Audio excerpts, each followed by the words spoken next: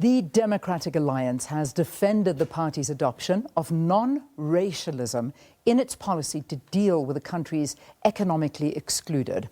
Following its two-day virtual policy conference this past weekend, the party has resolved that it will champion policies of redress without being racially specific. It has lauded its conference as the most inclusive it has ever held and dismissed reports of purging black leaders who do not agree with its stance on race. Some, however, may disagree. Is this political party on track to lose many members or simply black leaders? Well, to discuss this, we are joined by the party's interim leader, John Steenhuisen. John, good to have you. Thanks so much for being with us on the program. Good morning, Leanne. Great to be with you and with the viewers this morning. Thanks for the opportunity. So let's begin with the introduction that I said. Is the DA membership, is the party on a trajectory to lose many members, not only black leaders? That's the question everybody's asking right now. Absolutely not, Leanne. I think quite the opposite. I think what South Africa needs now more than ever before is a viable alternative to the ANC, not an alternate ANC. Given the fact, the shocking figures we saw yesterday, 51% contraction in GDP, 13 million South Africans unemployed. This country is in a deep crisis, and I think it needs a battle of ideas if we're going to get through this particular crisis. I think now, for the first time in many years, there's a clear choice for South Africans between continuing along this trajectory of low growth, high unemployment, high debt, and misery and suffering, or getting onto a new trajectory of hope and prosperity for South Africans, particularly the 30 million South Africans who are trapped in poverty, living below 991 Rand a month, who are the specific focus of the policies that we adopted over the course of this weekend. I mean, some people are really looking at the DA, and there's a lot of growing concern by some saying that the DA appears to be on some sort of self-destruction path, that you're sitting in a corner destroying yourselves. You had a following, you had people that were voting for you, but these people are looking and thinking, what is this party doing to itself? Well, I think what we're doing is going through a process of renewal within the organization, and this results from a disappointing election result last year. The voters in South Africa sent a very clear message to the DA last year that there were things about the DA they were unhappy about. After an internal report that introspected very, very carefully on the reasons for this, the party is on a path of growth and renewal. But Leanne, I also think it's important to remember that we're going into an elective Congress in October. In every party around the world, whether it's the ANC, the EFF, or any political party in an international arena, there's always a little bit of turbulence before a Congress. We saw the same in the run-up to Nasrec and to Polokwane. This is normal. It's what happens when there's contestation. So I think people need to be a bit fairer when they judge the DA, because I think that it's a process that all political parties go through. There will be a leadership elected in October, and that leadership will steer the party towards the local government election. So let's talk about this leadership. Who in your opinion is a DA voter? Well, 53% of South African voters are non-white voters. Those are voters. I think anybody who is looking for a new political home, anyone who's looking forward to the future, where we're able to build an inclusive, growing economy that breaks this insider-outsider economy that's been established over the last 2 decades with a very small group of people on the inside and 30 million people sitting on the outside.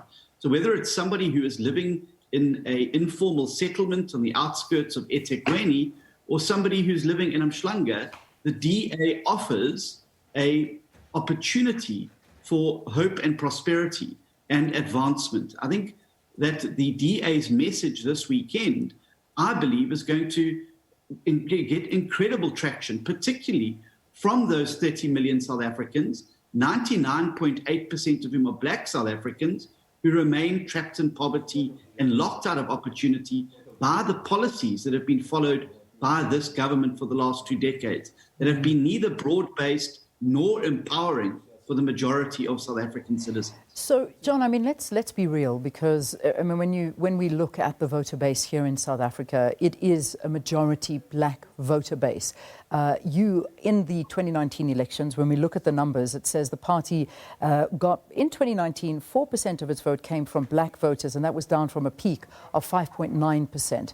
So one of the things that every member that has left the party, and they've all done so in a very vocal manner, saying that the party is not worried about winning over other members or trying to expand their base. They're worried about keeping the voter base. So that voter base, if we look at these numbers, is predominantly a white voter base. So it really does look like most of the strategies that the DA comes up with are just to satisfy a white voter. And that's what many people say and feel about the DA, that it doesn't speak to all South Africans, it speaks to a certain category of South Africans only. Well, I think there's perception and there's fact, Leanne. The fact is 53% of South Africans voting for the DA are non-white South Africans, and we have the statistical evidence to show that.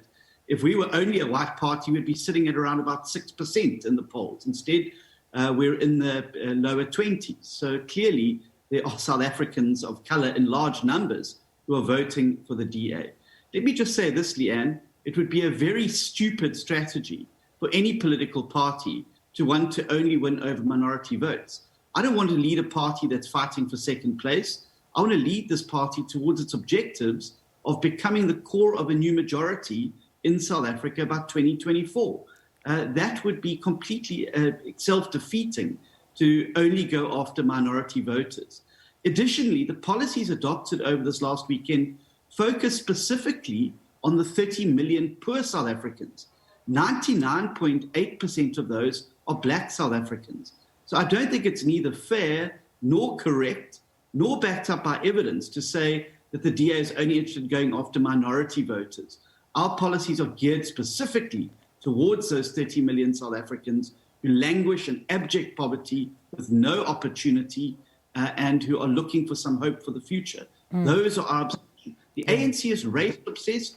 We are poverty obsessed. We want to beat poverty in South Africa. 99.8% of South Africans who are poor are black South Africans. You focus your policies there. That's broad-based empowerment. That's empowerment that's going to move people onto the ladder of opportunity in the country and onto a new trajectory of hope and prosperity. It is hard to look at it, and we do look at what your policy came up with. And again, and I have said this once before on the program, because I had another guest who has spoken to us about things that look really, really good on paper, and it sounds good, but in reality, it's almost removed from reality because it doesn't work. Now, you as a party, you've come up with something where you want to see BBBEE go away and rather replace it with something that's the SDGs, which is the Sustainable Development Goals, rather. So we must replace broad-based black economic empowerment. Now, let's just focus on that for a bit, because some people are saying that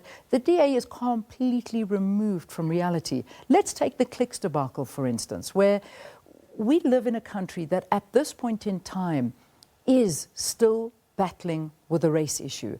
It still has not moved forward from the point that we were in 1994.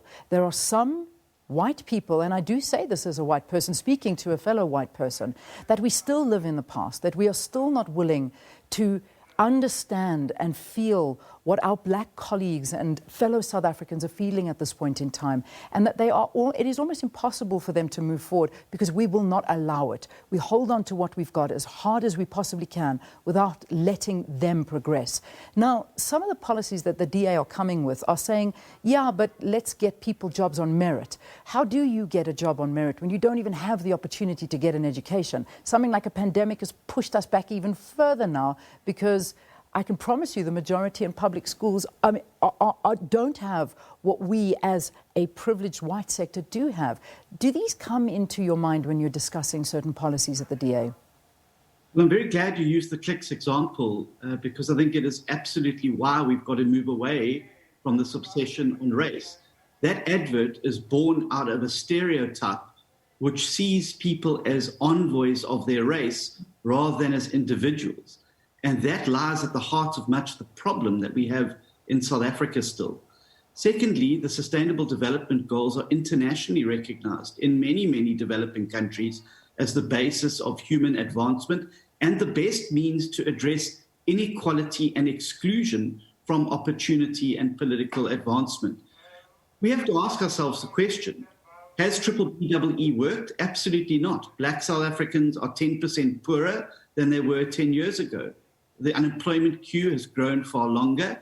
You've got a very small elite who have benefited handsomely from this insider consensus between the ANC and big business to the exclusion of 30 million South Africans, 99.8% of whom are black. That cannot be a system that is either fair nor workable. And many of the inequalities that we still sit with in South Africa, racial, spatial, and economic, are precisely born out of the fact that this government remains obsessed with racial classification. It's kind of like taking poison to try and cure yourself of other poisoning. We're not going to fix the racial divisions in this past. We're not going to fix the devastation that we still sit with because of the absurd race-based policies of the abhorrent apartheid regime by layering on more race-based policies. That's not the way to take the country forward. We need to get onto a new paradigm that recognizes South Africans not as envoys of their race, but as individuals. And are we ready for that, John? Are we really ready for that? I mean, when a person stands in front of a piece of paper and they're voting, and I know that you are in that leadership race. Now, you know, there are others, Anumbali Mtuli is one of them, your face is there. Do you think South Africans, the general South African public, are ready to put their mark next to a white male face?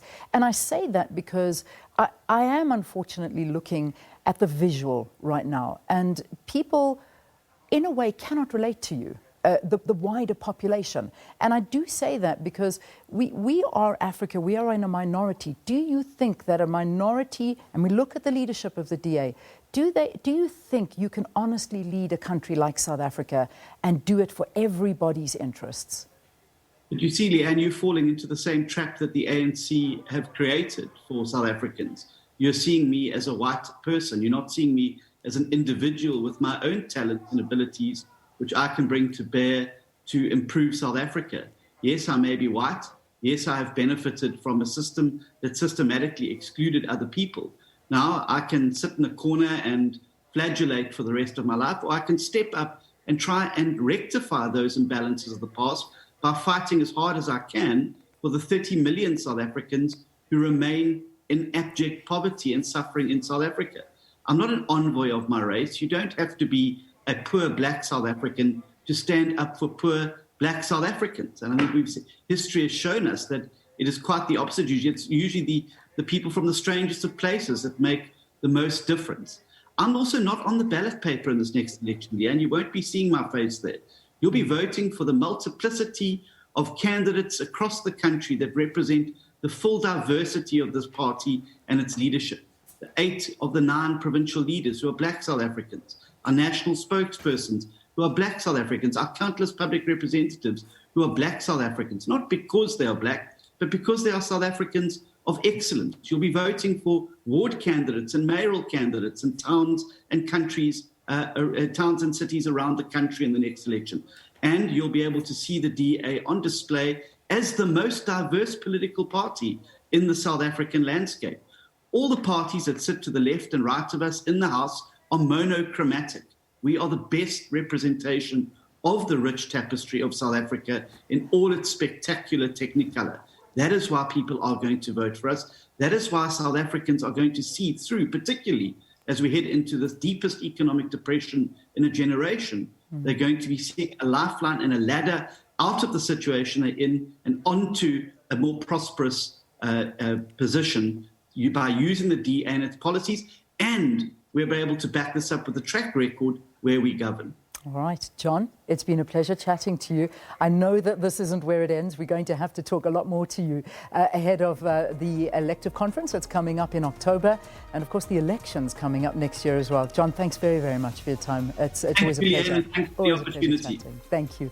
John, of course, is the interim DA leader, talking to us about the party. The policy conference was held and some other issues. I know we're late into headline news, but we don't get that opportunity too often, so I'm going to just get some... We're going to take a break? No, we're going to take a break.